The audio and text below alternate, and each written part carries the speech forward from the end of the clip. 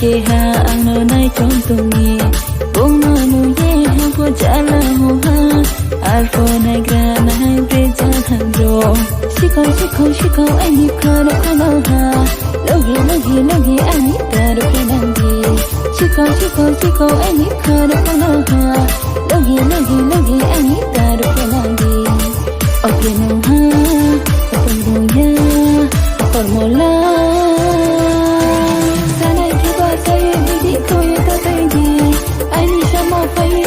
Kisha taridi, sarai ke buat saya di kau ye tak taridi. Ani sama kaya anak kisha taridi.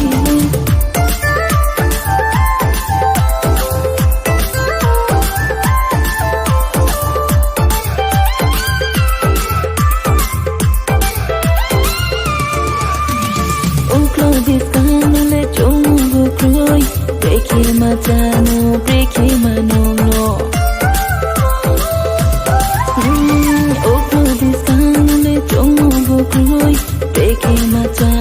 Breki mano jang nong le tanu khodi ang no ke ha se na ye tongi na shu ki no jing ta go ti no ang le ham yo mi se lu ke ta nai she na shu ki no jing ta go ti no ang le ham yo mi se lu ke ta nai she okay no ha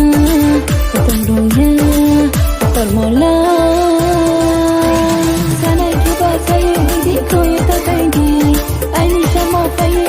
Kisha taridi, sarai ke buat saya di kau ye tak taridi. Ani sama kaya anak kisha taridi.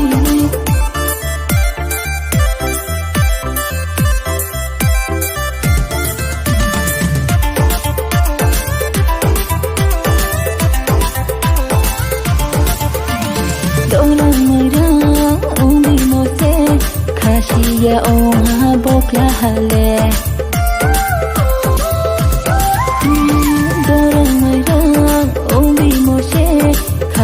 Ya oh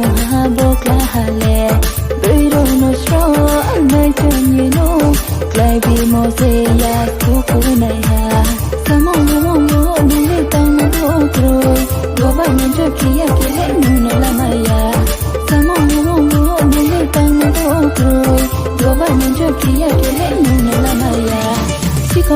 shiko ai ni khana khana ha logi ai ni ta ro ke nang di Shiko ai ni khana khana ha logi ai ni ta ro ke nang di okay no ha